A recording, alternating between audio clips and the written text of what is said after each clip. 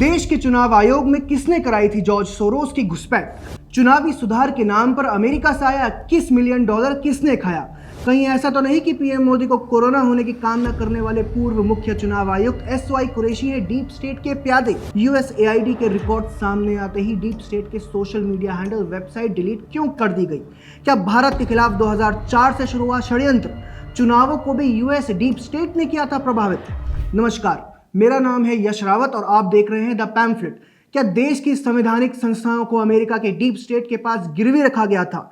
इस पर हम बात करें उससे पहले हमारी आपसे एक छोटी सी रिक्वेस्ट है कि आप हमारे चैनल को सब्सक्राइब कर लें, बेल आइकन भी दबा दें। हमें आपके समर्थन की सख्त जरूरत है। देखिए, राष्ट्रपति बनने के बाद ट्रंप ने अमेरिका में ऐसा विभाग बनाया है जो सरकार के फिजूल खर्ची को कम करने के लिए कार्य कर रहा है।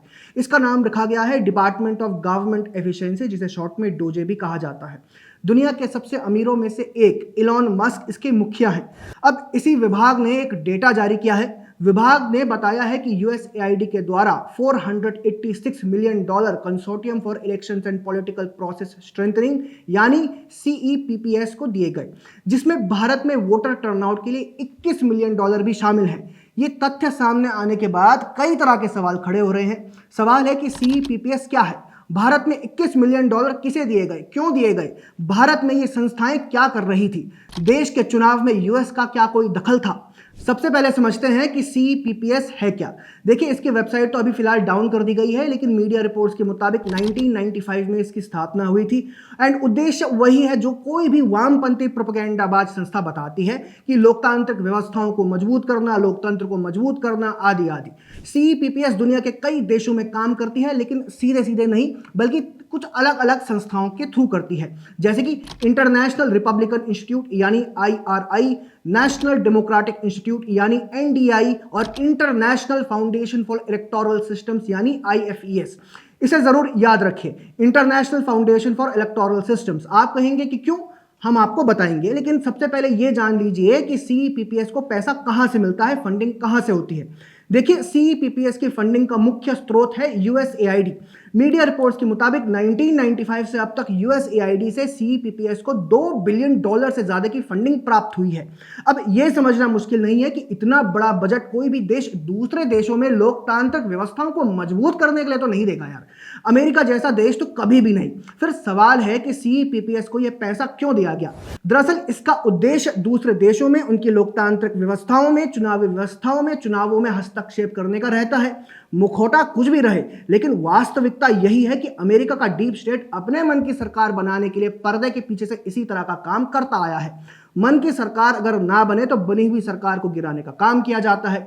हमारे कुछ साथी कहेंगे कि भारत के परिप्रेक्ष्य में बात करिए, एसवाई कुरैशी की बात बताओ। तो दोस्तों, कुरैशी पर आने के लिए ही हमने आपको CEPPS के बारे में बताया है।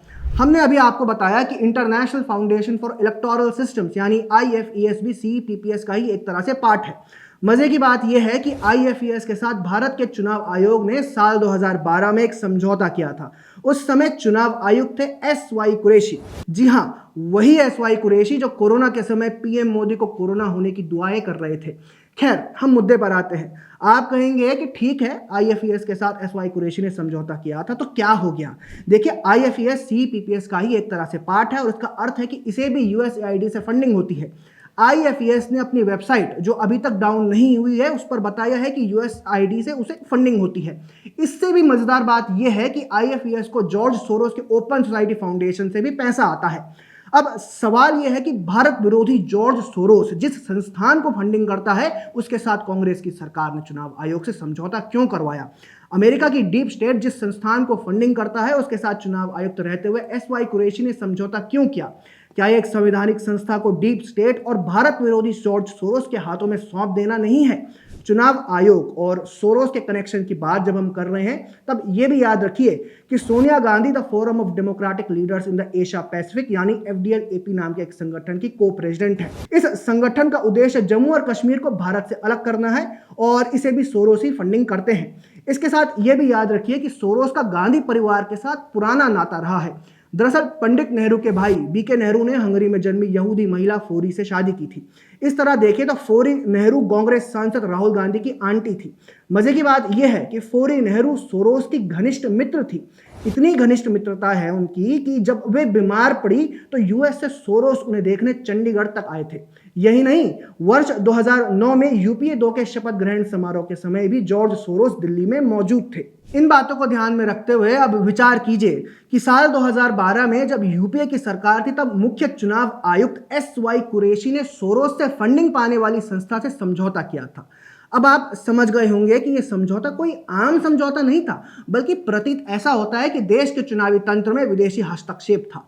हालांकि यह साबित तो जांच के बाद ही हो पाएगा, लेकिन जो तथ्य सामने आ रहे हैं उससे अटकलें तो यही लगाई जा रही हैं। अटकलों को बल इसलिए भी मिल रहा है क्योंकि चुनाव आयोग का आईएफईएस के साथ समझौता सिर्फ उस एमओयू के थ्रू नहीं था, बल्कि India international institute of democracy and election management यानी IIIDEM के थ्रू भी है, जो कि चुनाव आयोग की ही संस्था है।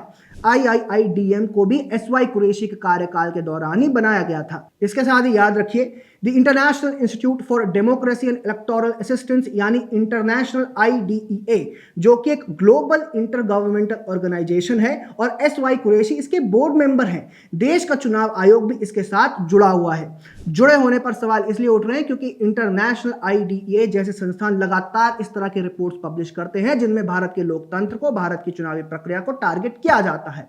सवाल है कि ऐसे संस्थानों के साथ चुनाव आयोग आखिरकार क्यों जुड़ा।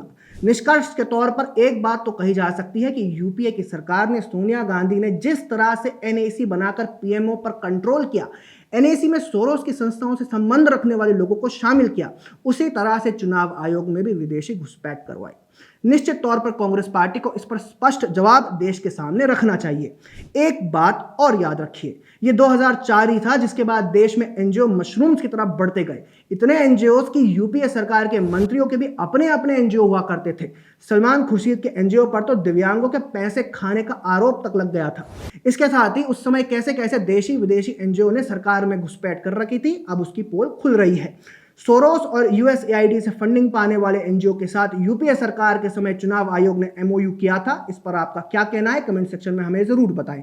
अगर आपको हमारा कंटेंट पसंद आता है तो हमारा चैनल फॉलो भी कर लें। जय हिंद।